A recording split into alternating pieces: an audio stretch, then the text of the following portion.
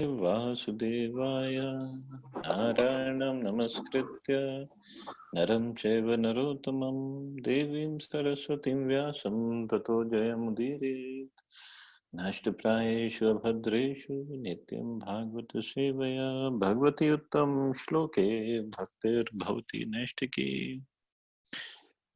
So continuing with the discussion on Srimad Bhagavad Gita, chapter 5, Karma Yoga, action in Krishna consciousness. Text number 16 onwards. So today we'll try to finish this chapter also.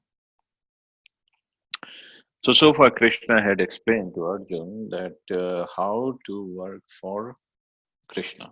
Not even thinking about sense gratification. Work in such a way that Krishna is pleased. So that is the real work. Now, how to get the knowledge to work on that platform? So this is where Krishna will start from text 16 onwards. ज्ञानेन तु तद् अज्ञानं येषां नाशितमात्मनः तेषामादित्यवज्ञानं प्रकाशयति तत्परम्. When, however, one is enlightened with the knowledge by which nescience is destroyed, then his knowledge reveals everything, as the sun lights up everything in the daytime. So nescience is the ignorance. Ignorance means I am the controller, enjoyer, proprietor. Or first ignorance starts with I am this body. So to destroy that ignorance, one needs knowledge. And this knowledge, how to get that knowledge, that Krishna had explained in 4th chapter. Tadvidhi pranipatena pariprashnena sevaya updekshanti tagyanam jnanena sattva darshena. So one has to approach a guru, serve him humbly and ask him questions, and he can give us the knowledge. Purport, Prabhupada says, those who have forgotten Krishna must certainly be bewildered, but those who are in Krishna consciousness are not bewildered at all. Knowledge is always highly esteemed, and what is that knowledge? Perfect knowledge is achieved when one surrenders unto Krishna. As is said in 7th chapter, 19th verse, Bahunam Janmanamante Gyanvan Mam Prapadyate. After passing through many, many births, when one perfect in knowledge surrenders unto Krishna, or when one attains Krishna consciousness, then everything is revealed to him, as everything is revealed by the sun in the daytime. So he comes in full knowledge, he gets full enlightened by the knowledge, by the presence of Krishna, then nothing is lacking. Everything is revealed to him. For instance, when he unceremoniously thinks himself God, he actually falls into the last snare of nescience. If a living entity is God, then how can he become bewildered by nescience? Does God become bewildered by nescience? If so, then nescience or Satan is greater than God. Real knowledge can be obtained from a person who is in perfect Krishna consciousness. So, one who is in ignorance, um, one who is covered by this Maya or nescience or ignorance, he thinks he is God. God means for him, he is a controller, he is a proprietor, he is the enjoyer. He can control everything, he thinks. But this is not the fact. He cannot. Even the biggest uh, terrorist, biggest Rakshas, biggest Asura, Hiranyakashipu, he could not control everything. So, what to think of all these little bitty Asuras that we have in the world today? How can they control anything? They cannot control anything. To the extent that they can't, or we can't even control the eyelids from blinking and so fast and so many times in the daytime, in a day. So how can we think we can control anything? Even the eyelids are not in our control. So this is where all the people who think they are God or they are controllers, they own everything, they are proprietors of everything. It's all nonsense. Proprietor means what? They don't even own their own body. One day or the other, by the will of the Lord, or when the time comes, they have to leave the body. They cannot remain in this body forever. So how can they say they own everything? They don't even own this own body. So this is the biggest Maya. This is what Prabhupada is saying. This is the last snare of nescience, that somebody thinks I'm God.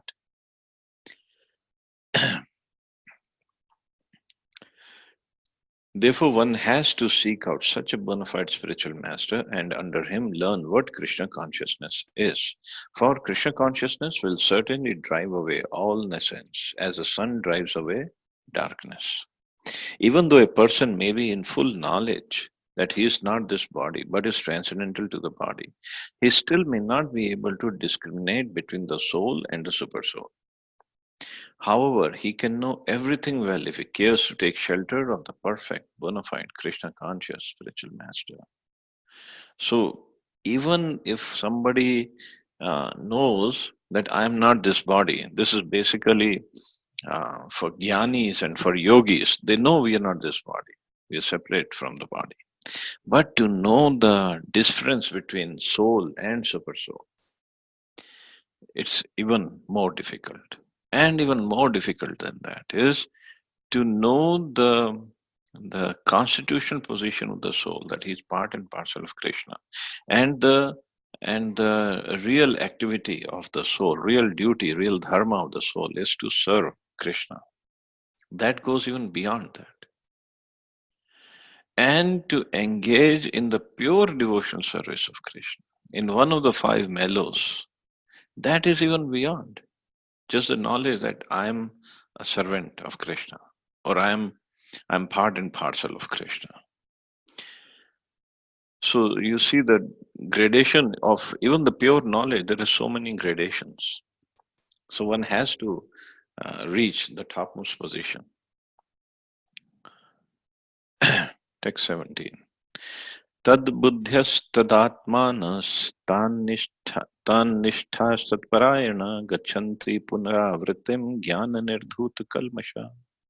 When one's intelligence, mind, faith, and refuge are all fixed in the Supreme, then one becomes fully cleansed of misgivings through complete knowledge and thus proceeds straight on the path of liberation.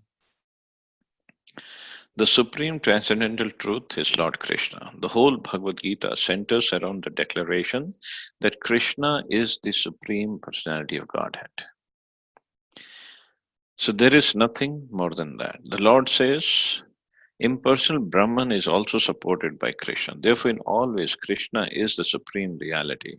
One whose mind, intelligence, faith, and refuge are always in Krishna, or in other words, one who is fully in Krishna consciousness, is undoubtedly washed clean of all misgivings and is in perfect knowledge in everything concerning transcendence. So, one whose mind, intelligence, faith, and refuge are always in Krishna. That is a topmost position. Of course, even topper than that, even higher than that is one who is in love with Krishna. But still, that is Krishna consciousness.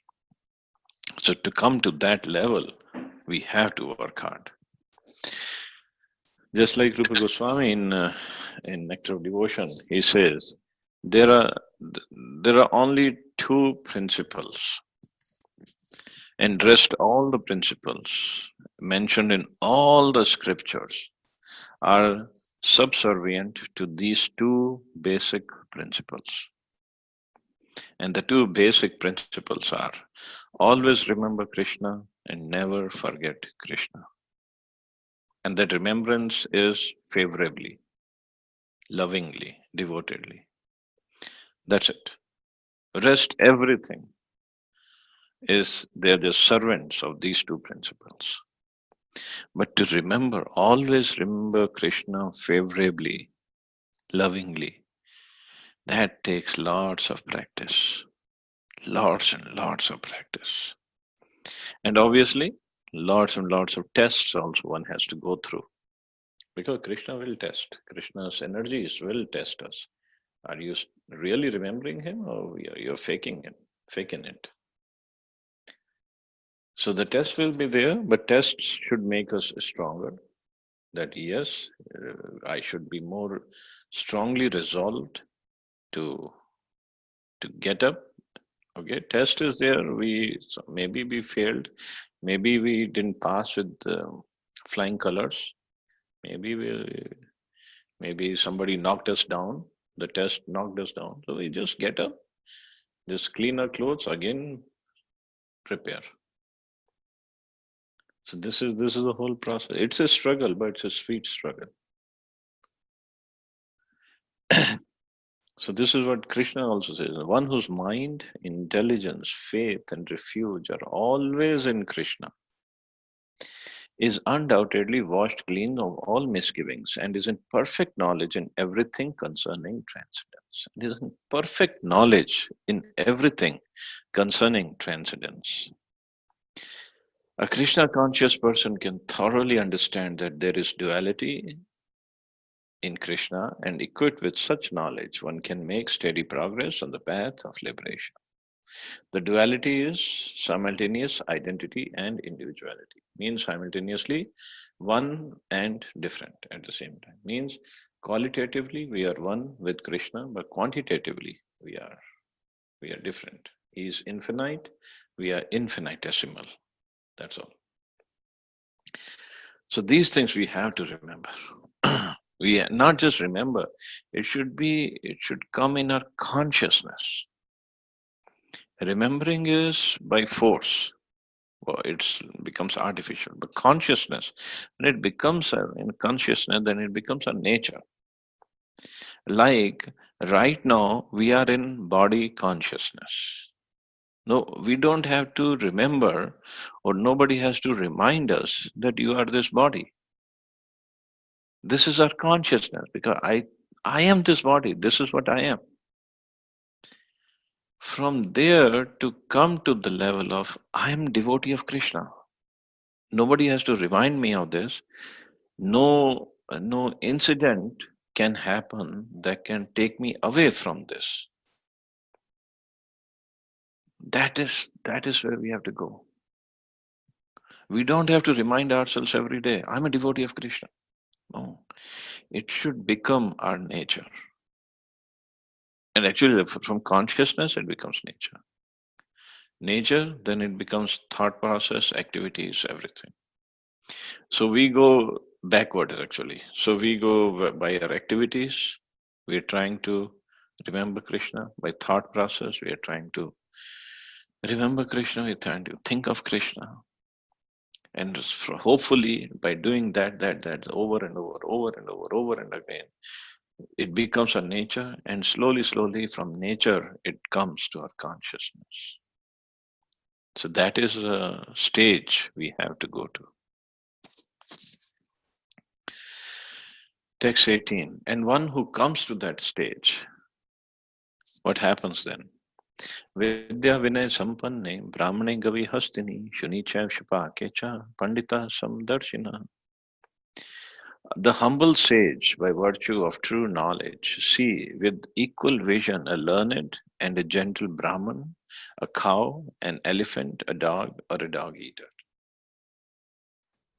Why? Because he has the true knowledge. What is the first knowledge? I'm not this body, I'm a spirit soul.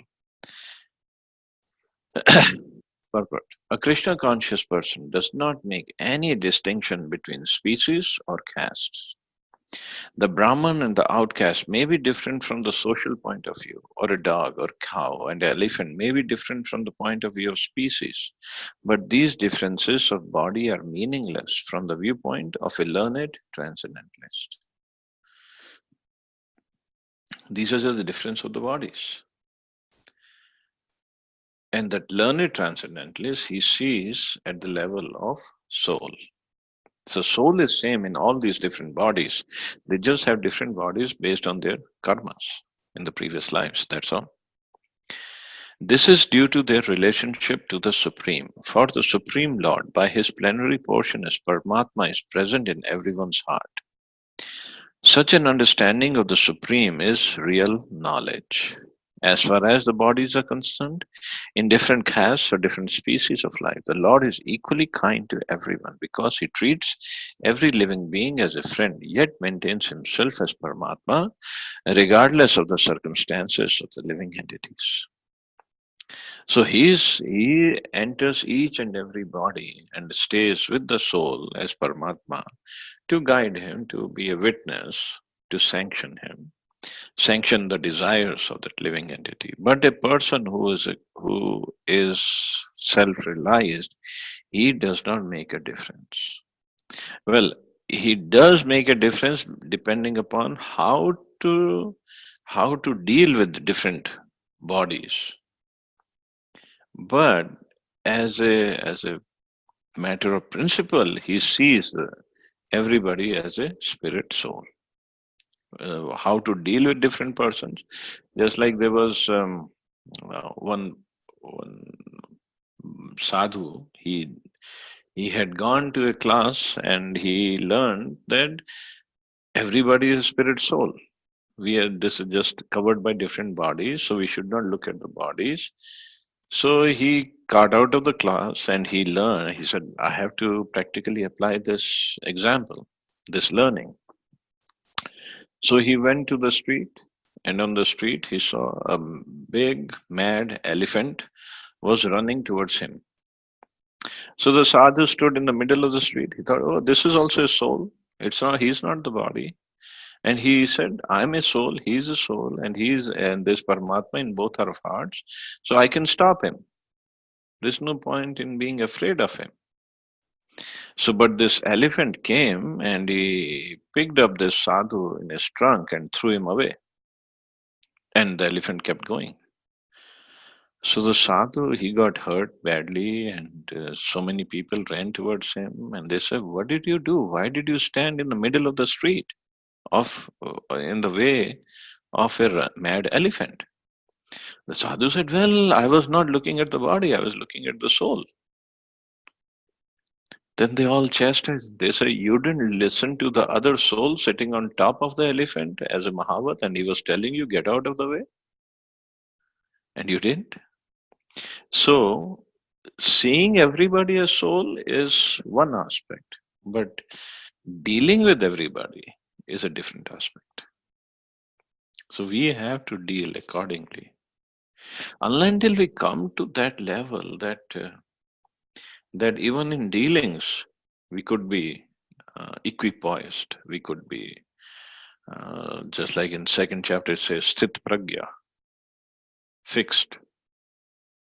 That's a very high position. Just like there's a famous story about Lord Buddha, that when he was just roaming around, passing around, and one farmer asked Lord Buddha to sit down, and he said, you're going to meditate, just meditate here, and but make sure that no animals enter my farm and eat up all the crop. Buddha said, okay. He sat down, but obviously he went into meditation and he didn't realize. And some animals came and eat up the crop. And the farmer came back and he started abusing Lord Buddha. What did you do? Why did I trust you? You were good for nothing, and this and that. And many people gathered around, but Buddha was still smiling. And the farmer then, after abusing him, he went left. And they asked Buddha, why didn't you respond to him?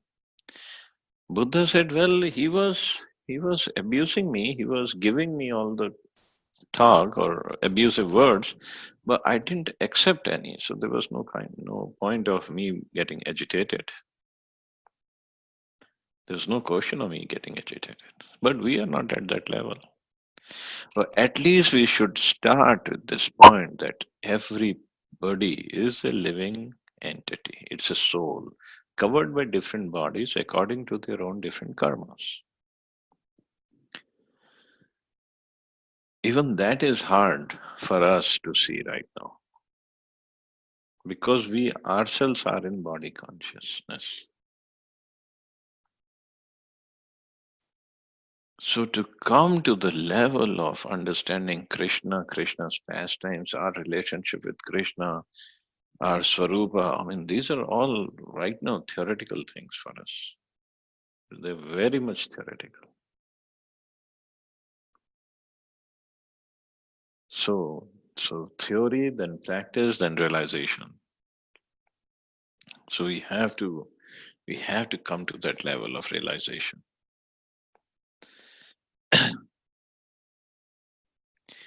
The bodies are material productions of different modes of material nature, but the soul and the supersoul within the body are of the same spiritual quality. The similarity in the quality of the soul and the supersoul, however, does not make them equal in quantity, for the individual soul is present only in that particular body, whereas the Paramatma is present in each and every body. A Krishna conscious person has full knowledge of this, and therefore he is truly learned and has equal vision. The similar characteristics of the soul and supersoul are that they both are conscious, eternal, and blissful. So means they are made of Sat, Chit, and Ananda. But the difference is that the individual soul is conscious within the limited jurisdiction of the body, whereas the supersoul is conscious of all bodies. The supersoul is present in all bodies without distinction. So that is level of Paramatma. So text 19. Iha tajita sargo yesham samya stitam manah nirdosham hi samam brahma tasmad brahmani te stitaha. Those whose minds are established in sameness and equanimity have already conquered the conditions of birth and death. They are flawless like Brahman, and thus they are already situated in Brahman. Like in, I think, second chapter, third chapter, it comes, na, Samatvam Yoga Uchyate. One who comes to the level of equanimity or sameness, he has, that is called yoga. So this is what Krishna is saying. Those whose minds are established in sameness and equanimity. Sameness means he sees soul in every living entity. He doesn't discriminate based on the body. Obviously, practically he does, but theoretically at least he sees everybody is a soul. Have already conquered the conditions of birth and death. Means he has come to the level of nirvana. Equanimity of mind, as mentioned above, is a sign of self realization. Those who have actually attained to such a state should be considered to have conquered material conditions, specifically birth and death. As long as one identifies with this body, he is considered a conditioned soul. But as soon as he is elevated to the stage of equanimity through realization of self, he is liberated from conditional life. So as soon as he's elevated to the stage of equanimity, means sameness through realization of self. So in other words, he is no longer subject to take birth in the material world, but can enter into the spiritual sky after his death. So that is the way of reaching the spiritual sky, coming to that level of equanimity. Even that is a, even in Brahm Jyoti, if somebody has to achieve, that is the way. That is a stage. It's not like, of course, we wish it happens, but like when somebody dies, we always write rip, rip, rip, rest in peace, rest in peace, rest in peace. But actually, the soul does not rest in peace just after death. He has to take the birth again, either here or in lower planets or in higher planets. He has to take the birth. Or even on earth, if he takes birth, he has to go in one of the 8,400,000 species. So this is actually it's a wishful thinking about rest in peace. At least they wish that the soul has reached Brahman level, but not necessarily. Or even in India, we say Swargiya, we call him Swargiya, so and so. We are hoping that he went to heaven, but we don't know.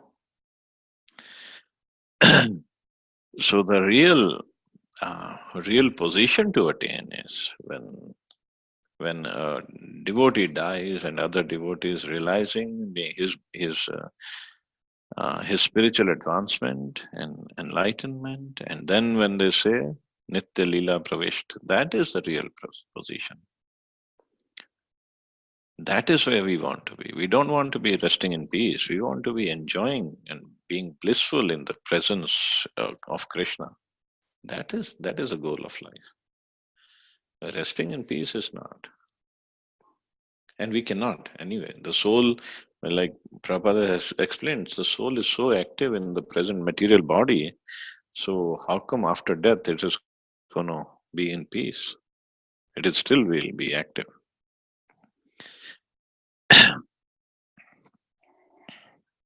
But to come to that level is when we come to the level of equanimity and not dealing on the basis of body. And then further on, again, this verse, this 20th verse, on the same theme had happened when Krishna was explaining about Sthit Pragya. Na praharshet priyam prapya, na udvijet prapya cha priyam, sthir buddhir sammudo, brahmavid brahmani stitaha. A person who neither rejoices upon achieving something pleasant nor laments upon obtaining something unpleasant, who is self intelligent, who is unbewildered, and who knows the signs of God, is already situated in transcendence. So that is a person who is situated in Brahmani Sthitihi. Yadvid Brahmani Sthitaha. So that person is situated in transcendence. The symptoms of the self realized person are given herein. So it's not just a theoretical book. Krishna has given all the symptoms also. The first symptom is that he is not illusioned by the false identification of the body with his true self. He knows perfectly well that he is not this body, but is a fragmental portion of the Supreme Personality of Godhead. He is therefore not joyful in achieving something, nor does he lament in losing anything which is related to his body. So he is not joyful in achieving something, nor does he lament in losing anything which is only related to this body. This steadiness of mind is called sthir buddhi or self intelligence. He is therefore never bewildered by mistaking the gross body for the soul, nor does he accept the body as permanent and disregard the existence of the soul. This knowledge elevates him to the station of knowing the complete science of the supreme, of the absolute truth, namely Brahman, Paramatma, and Bhagwan. He thus knows his constitutional position perfectly well without falsely trying to become one with the Supreme in all respects. Such steady consciousness is called Krishna consciousness. So, this is the beginning, actually. And that's why Bhagavad Gita is considered what? ABC of spiritual understanding, spiritual knowledge. And this ABC is so hard, so difficult to follow. And the very first lesson of this ABC is we are not this body, we are spirit souls. That's the very first lesson. The rest, everything comes later. How do we deal? How do we act? How do we behave? That's the first lesson. We are not this body. And this is Srila Prabhupada, he kept on stressing upon this fact till the very last moment of his life. He did not talk about the the intimate pastimes of Radha and Krishna, or many other stories or leelas or kathas or this or that. Basically, every lecture, or maybe if not every lecture, maybe 95% of his lectures, he would stress on the same thing. You are not this body, you are spirit soul. And then further on, he would say, you are all rascals. But this was to drive the point home in a thick skull, thick this intelligence, whatever intelligence we have. We are not these bodies. The verse when we say Vidya Vinay Sampanne Brahmane Gavi Hastini, it is said the self-realized souls who has knowledge he sees A Brahman, a cow, an elephant, a dog eater at the same level. So somebody asked him, Swamiji, you are such a big saint, and how come you call everybody a rascal? Well, while you have to see as a Vidya Vinay Sampanne, but in your lectures, we always hear you calling everybody a rascal. Prabhupada said, yes, I have equal vision that you all are rascals. This is my equal vision.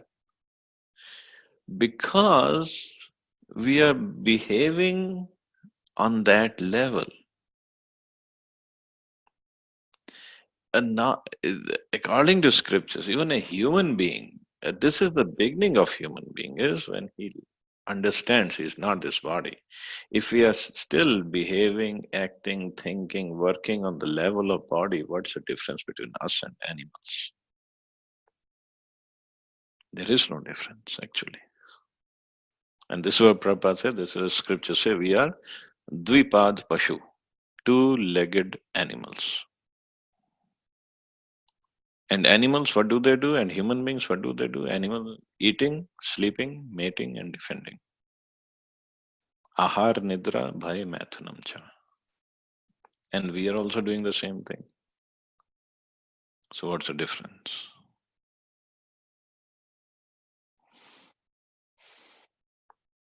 Only difference is we are doing it in a more polished way. That's all.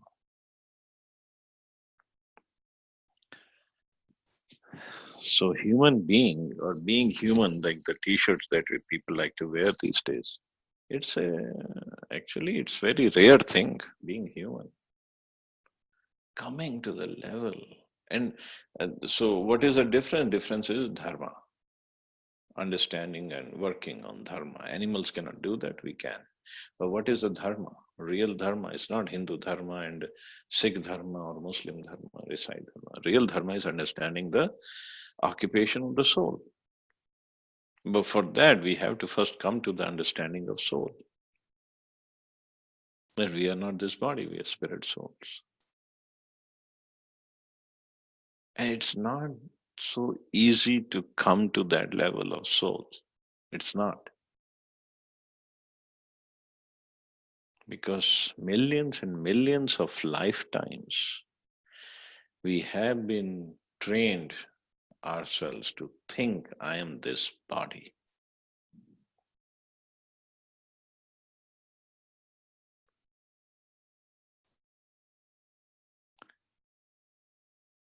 I didn't want to burst anybody's bubble here,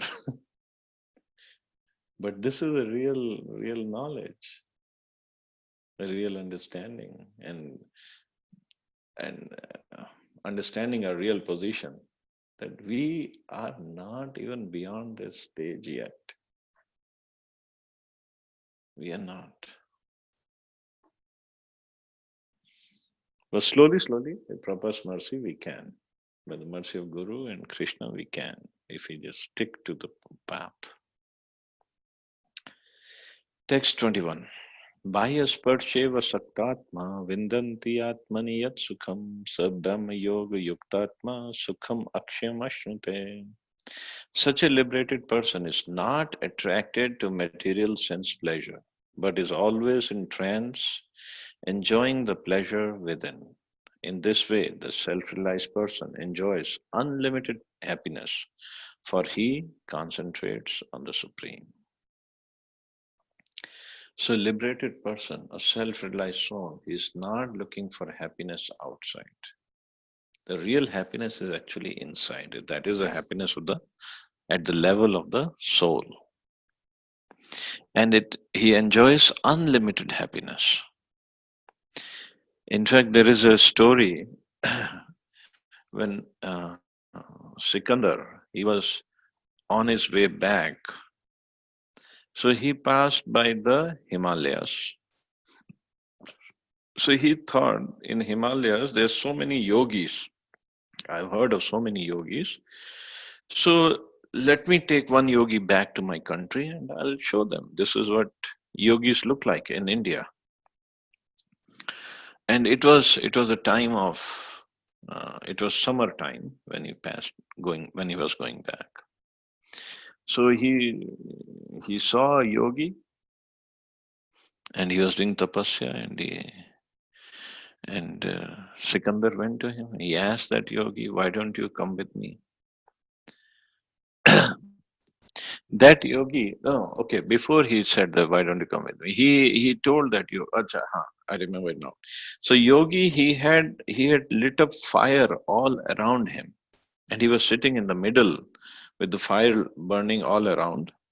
And he was sitting in the middle and he was doing his tapasya. And it was a time of hot heat, very, very hot. It was like June or something like that. So Sikandar went to him and he said, "Oh, I am very happy with your tapasya, with the way you're doing austerities. So I'm Sikandar. You asked me, what benediction do you want?" The yogi is now he is at the level of he's happy inside, he doesn't need anything from outside. So he looked at Sikandar. Sikandar was standing right on his head, basically, and Yogi was sitting down. He looked at Sikandar. He said, "Okay, will you give me whatever I want?" Sikandar said, "Yes, this is my promise. I'll give you whatever you want." The yogi said, "Okay, then you move aside and let the sun come to me. I mean, let me see the sun. You just move aside, you go away." So this is the power of yogis. They don't want anything. They enjoy the pleasure within. Means enjoying the pleasure of the soul. The soul is really pleased when the soul is in service of Krishna. So this is the level of uh, self-realized soul.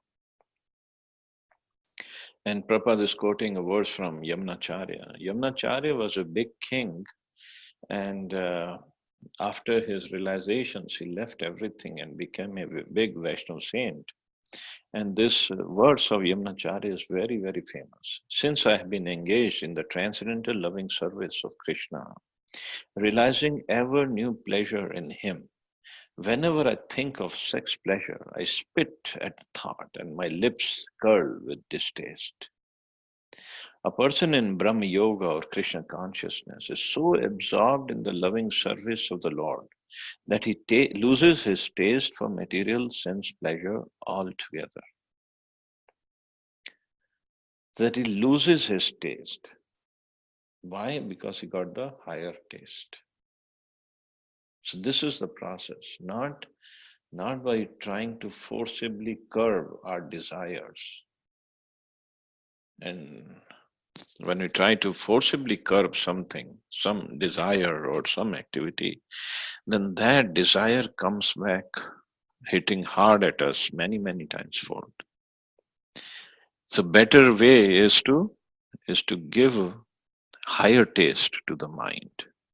And then he forgets about the lower taste. Otherwise, the mind will definitely go towards that taste, whatever you're trying to stop it from. So this is what Yamunacharya is saying. Then he loses his taste. Why? Because he's so absorbed in the loving service of the Lord.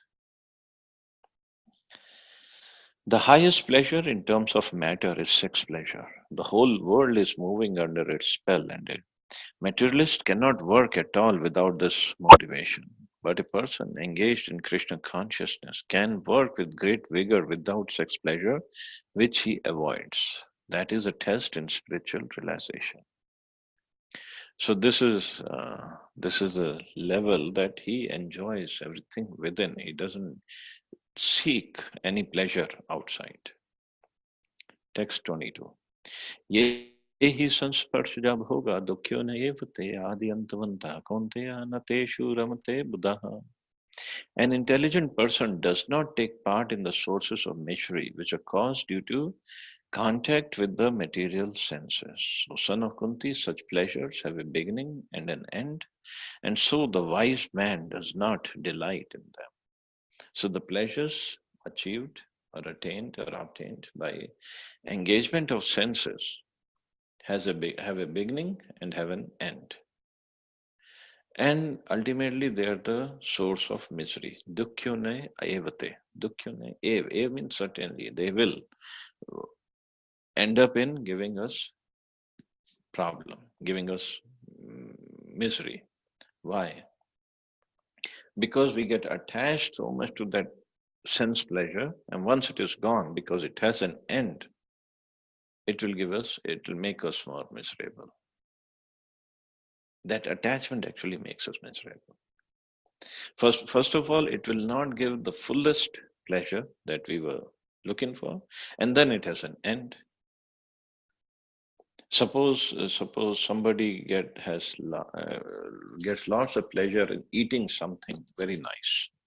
Suppose a gulab jamun or an ice cream or a mango or whatever one likes. He gets lots of pleasure. He loves it. How much one can eat? Not much. Not many mangoes one can eat.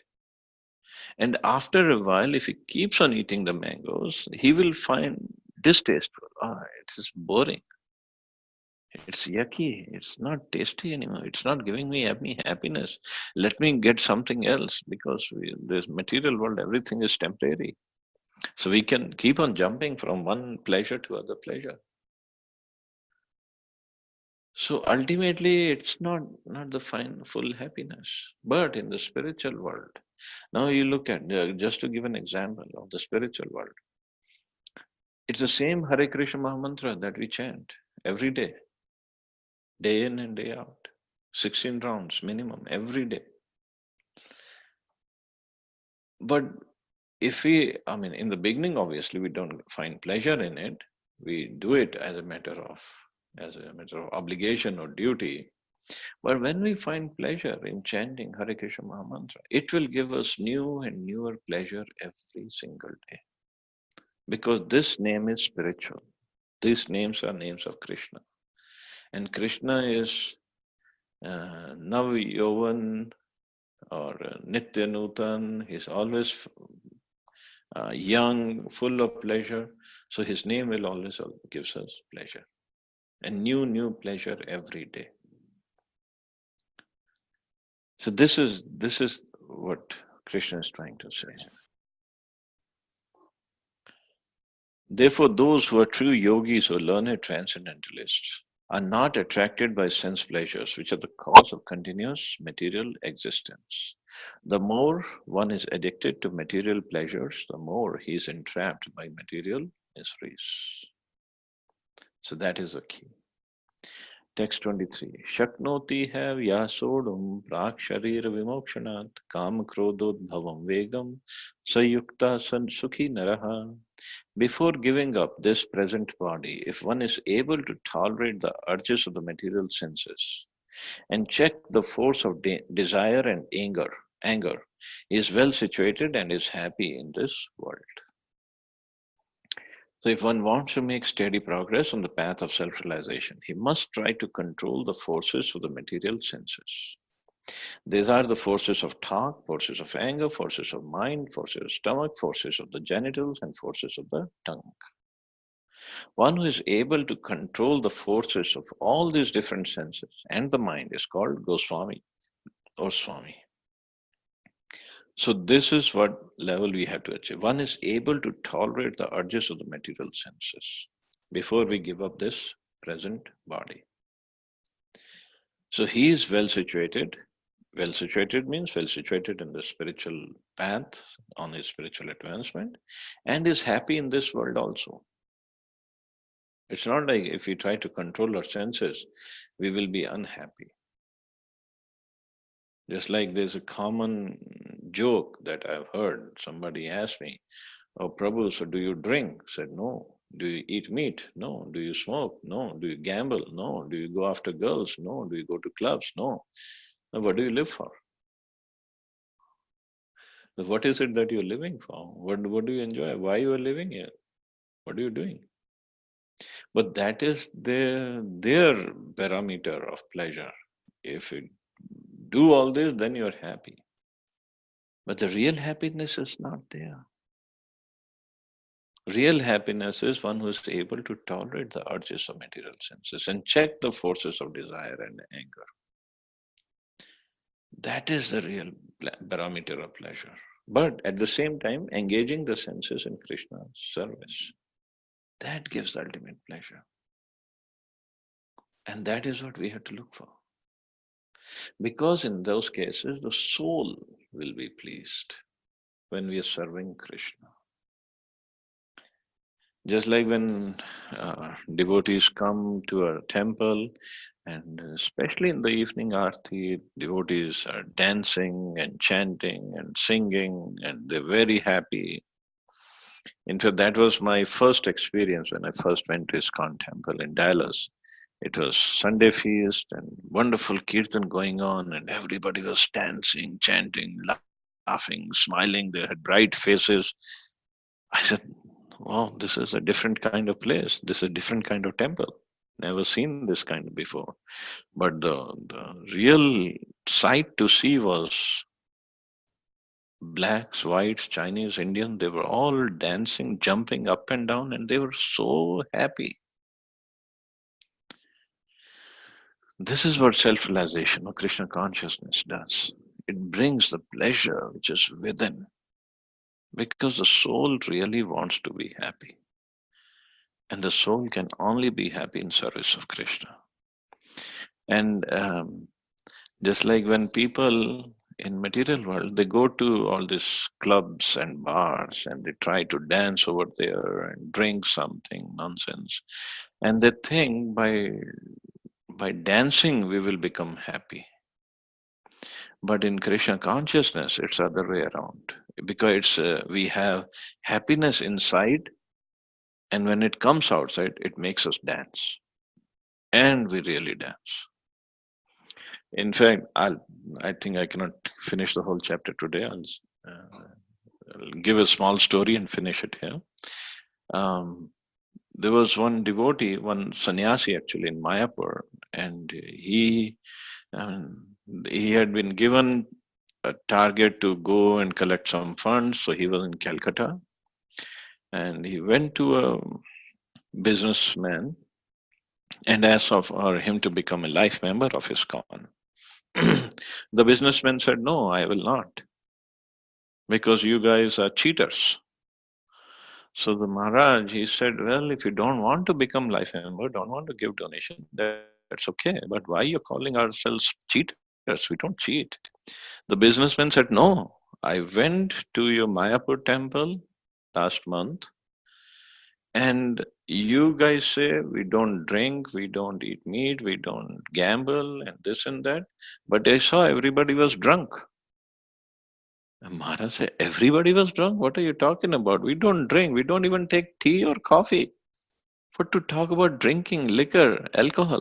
He said, "No, I'm 100% sure everybody was drunk." Maharaj said, "Okay, then explain to me. What did you see? What happened?"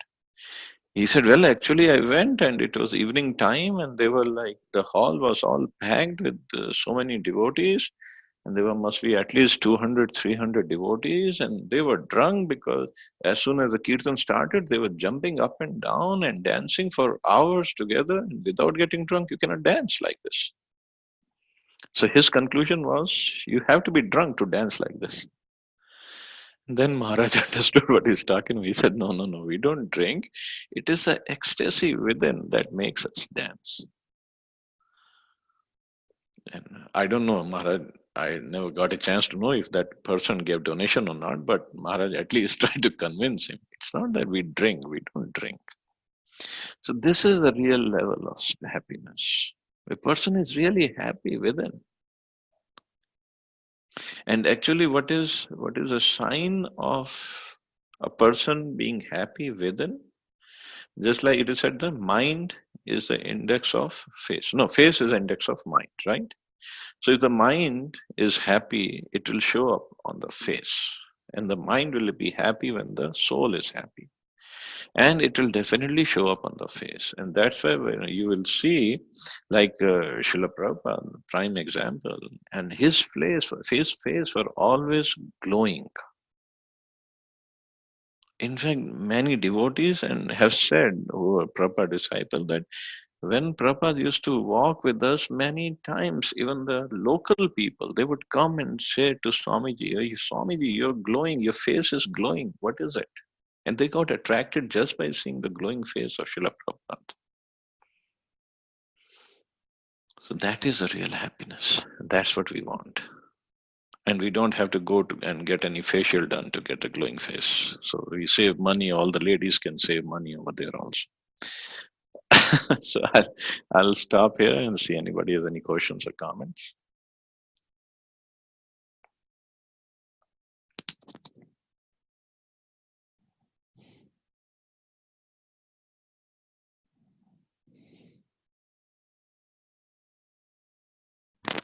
Hare Krishna, Prabhu.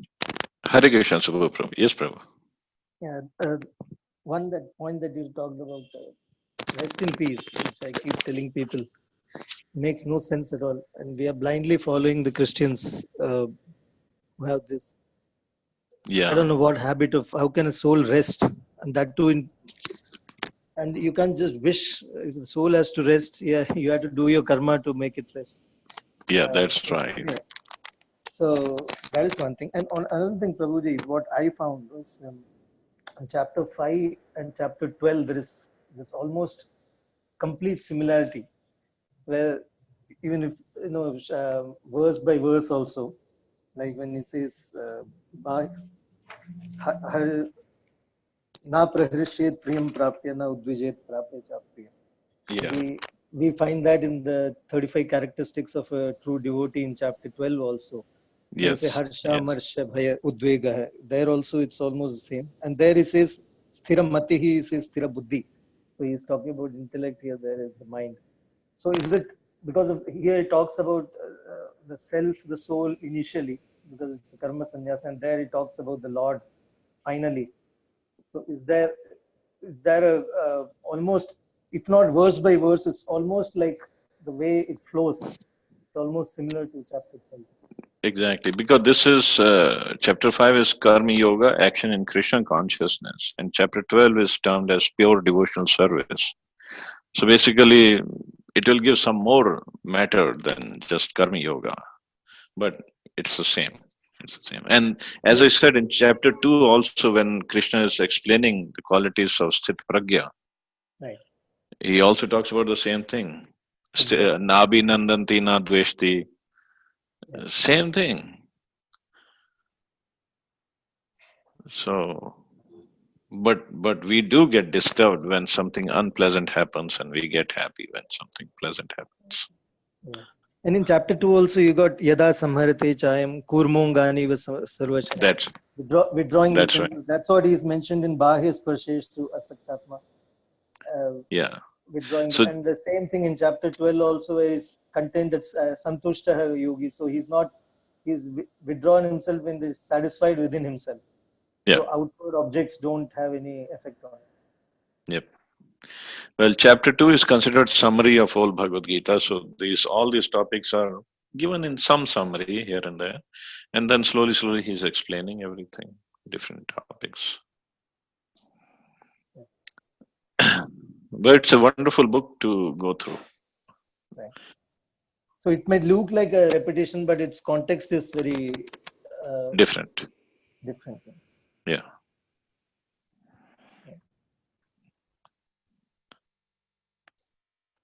Thank you, Prabhu. Any other question or comment?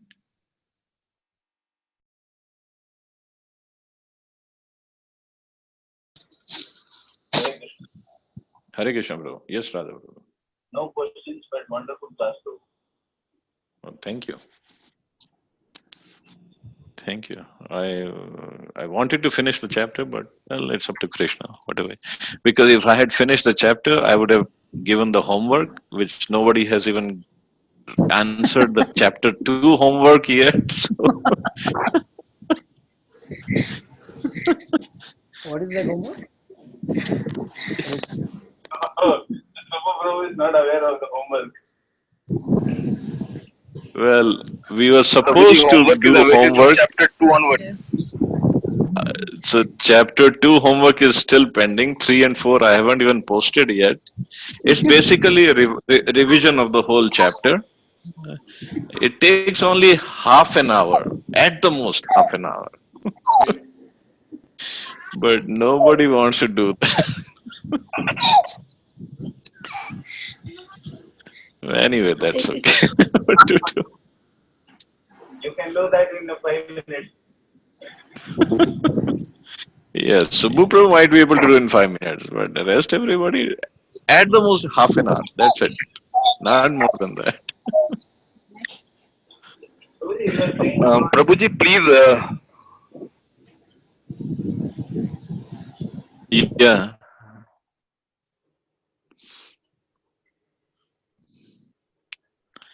Prabhuji, please resend the chapter 2 homework. Now, somehow it seems I have missed it. So let me try and attempt it today. So this is an popular excuse in America when they say student goes to teacher, or teacher, my dog ate my homework. Prabhuji, I'm not making excuse. Prabhuji says my computer, my phone ate my homework.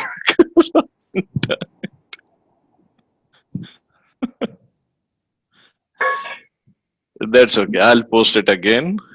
But so should we next Saturday? I mean, first thing we'll discuss the homework. I'm pretty sure out of 14, only 3 will attend. No, Prabhuji, let us do that. Yes, Prabhuji. So let's do chapter 2 first, and then we'll finish chapter 5 next Saturday, and then we'll go on. Hare Krishna. Thank you all very much. Hare Krishna, Prabhuji. You all, Hare Krishna Prabhuji. Hare Krishna, Prabhuji. you all should watch Lord Jagannath Rath Yatra today. He's on the way back to Shri Mandir. It must be all live telecast must be there. So please watch it. Enjoy. Hare Krishna. Hare Krishna, Prabhuji. Thank you so much. Hare Krishna Prabhuji.